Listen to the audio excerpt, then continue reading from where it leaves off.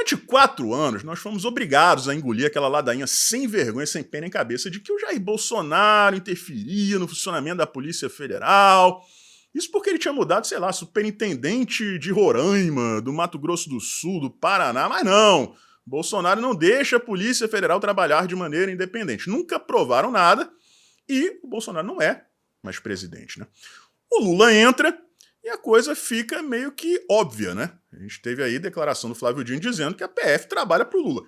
Ele pode até alegar que foi mal interpretado, mas que ele falou, ele falou. Foram algumas operações meio suspeitas aí, né? Enfim, pessoal, eu estou fazendo essa introdução porque o nosso tema é justamente esse. Existe hoje uma Polícia Federal independente que atua sem interferência do governo ou mesmo de agentes externos? Eu vou trazer aqui para vocês uma série de informações, de nomes, que vão desde o atual diretor-geral da Polícia Federal, passando por um advogado bem famoso, muito rico, né, com muitos contatos, financiador de campanhas de deputados federais, tanto da esquerda quanto da pretensa direita, né, aquela turminha que finge que é direita, mas não é. Uma empresa de inteligência privada, mais ou menos como se fosse uma CIA, uma ABIN, um Mossad, né, que trabalha de maneira independente, são ex-agentes de agências de inteligência que trabalham no mercado, fornecem serviços para empresas privadas. Tá? E aí vocês vão ver que é muita coincidência para um vídeo só. Não vou fazer nenhum tipo de acusação, tá? Em um país normal isso aqui seria investigado até mesmo de maneira prévia, mas a gente está no Brasil e nem situação a gente é mais. Só estou trazendo a informação para vocês, tá? Fiquem alertas porque a coisa é bem interessante. Agora, antes, 2 subtemas rápidos, tá? Primeiro é o seguinte, vejam essa notícia aí no canto da tela. Uma turista argentina, uma jovem, foi assassinada numa trilha em Búzios, aqui no Rio de Janeiro. E como vocês podem ver aí, o responsável, né, o assassino, havia sido condenado a 15 anos de cadeia por roubo e estupro. Tá? Tô trazendo praticamente um caso desses por dia, porque o Brasil precisa compreender, a sociedade precisa entender que o mal desse país na questão da segurança pública é a impunidade. Tá? Ele foi preso, pessoal, em 2013 e condenado a 15 anos de cadeia. Eu não sou muito bom de matemática não, mas eu tenho certeza que de 2013 para 2023 não se passaram 15 anos. Ou seja, ele foi solto antes de completar 10 anos de cadeia, provavelmente por conta da progressão, aquele benefício, né? Progressão de pena. Saiu antes. Tá? Então, essa turista argentina estaria viva se a pena dele tivesse sido cumprida, que já é pouca. 15 anos para mim é pouco. Por estupro e por roubo, como era o caso dele. Mas vamos supor que a pena tivesse sido cumprida até o fim. Ele não teria cometido esse crime. Essa moça estaria viva e feliz, curtindo a viagem dela pelo Brasil.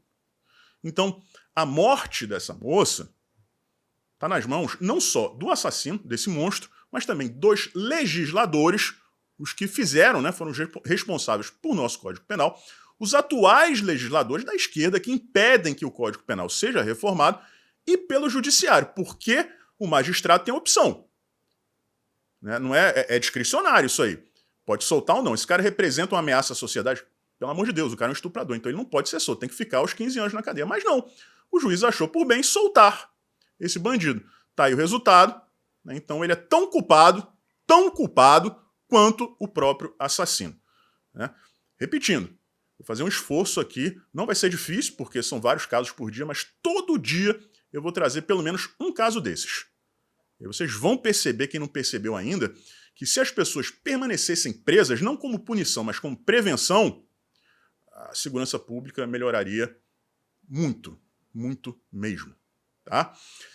Segundo subtema aqui. Pessoal, a gente também, além dessa questão da Polícia Federal, a gente cansou de escutar aquela outra basófia, né? Bolsonaro é ligado à milícia e tal.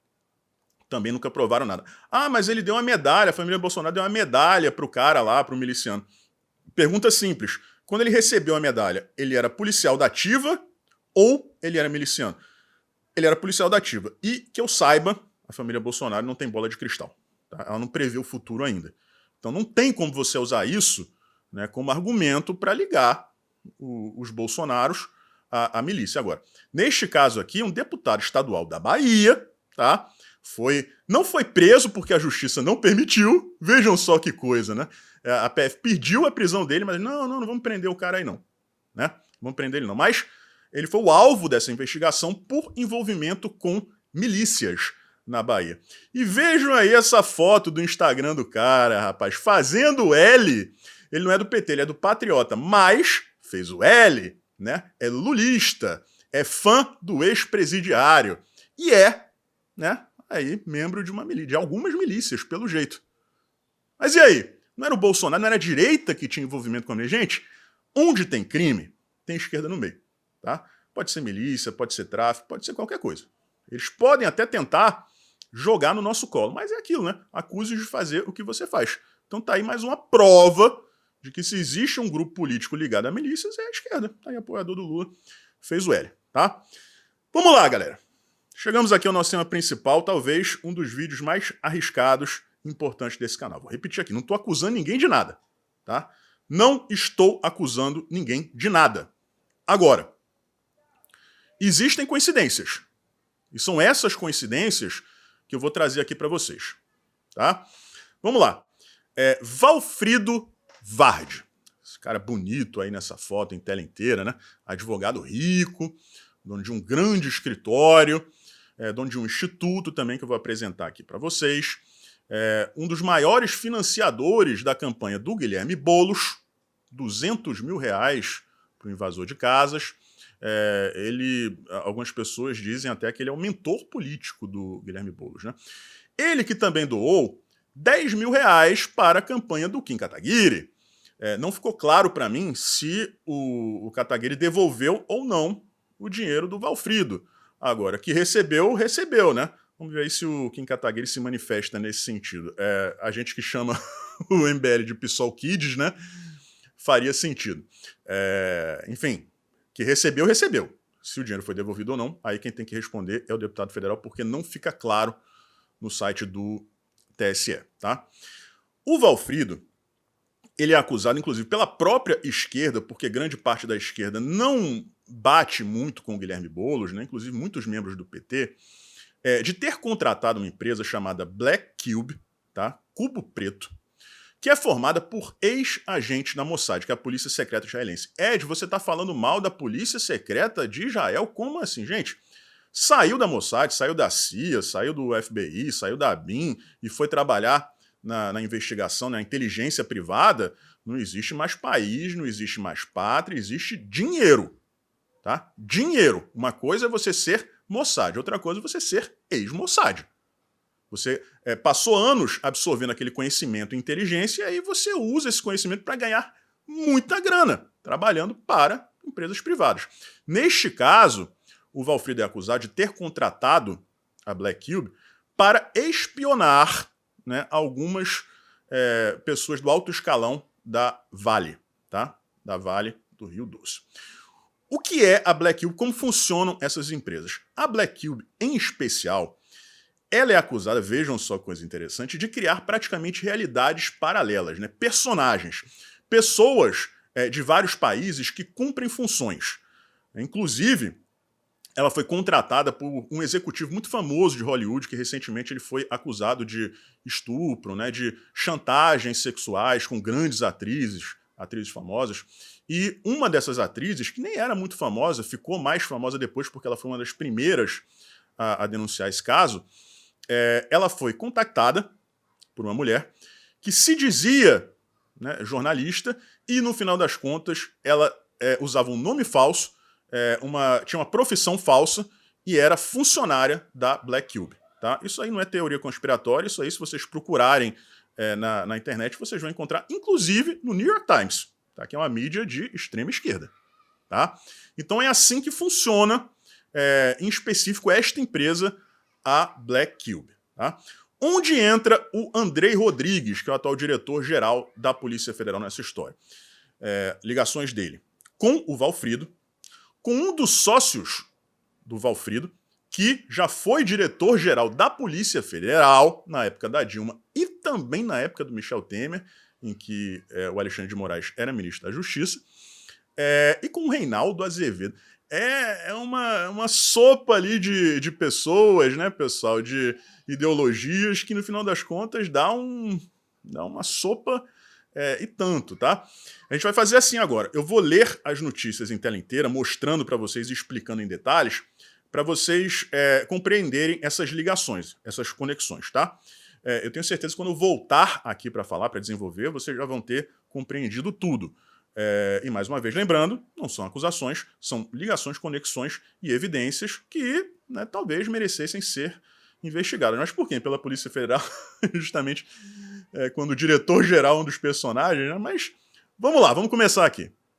Começando por essa live, em que o Andrei Rodrigues, atual diretor-geral da Polícia Federal, foi entrevistado pelo Valfrido Vardi e pelo Reinaldo Azevedo, que continua sendo um mistério para muita gente. Um mistério para muitas pessoas aí. Como ele virou a casaca, né, pessoal? Estaria ele sendo ameaçado? Porque não tem muita explicação, né? Mas enfim, ele fala muito a respeito do 8 de janeiro, da independência da Polícia Federal, mas vamos ver os outros prints aí. Esse, pessoal, é de um evento que foi organizado pelo Instituto, né, do Valfrido, se chama IREE. O tema foi Investigação Defensiva e o Papel da Comunidade de Inteligência. Agora, vejam os nomes sublinhados. Leandro Tarasciuk, gerente-geral da Black Cube, a empresa privada de inteligência formada por ex-agentes da Mossad, que teria sido contratada pelo Valfrido para investigar, espionar membros do alto escalão da Vale. E mais lá embaixo, Leandro Daiello, ex-diretor-geral da Polícia Federal e diretor, sócio do Valfrido na IREE. O Daiello foi diretor-geral da Polícia Federal no governo da Dilma e também foi mantido no cargo quando o Michel Temer assumiu a presidência da República com o Alexandre de Moraes como ministro da Justiça. Já essa matéria do UOL, pessoal, fala a respeito do Andrei antes dele assumir o cargo de diretor-geral, quando ele foi anunciado, né? Colado em Lula, a gente vai falar sobre isso daqui a pouquinho, delegado será o chefe da PF no ano que vem, matéria de 2022, depois da eleição, né? E aí ele fala a respeito da Dilma, com quem ele tinha trabalhado anteriormente, né? Ela é muito disciplinada, exigente e cumpridora de suas agendas, contou sobre a relação com a ex-presidente. Tenho a maior admiração e respeito pela presidenta. Falou presidenta, você já fica, né, revirando os olhinhos.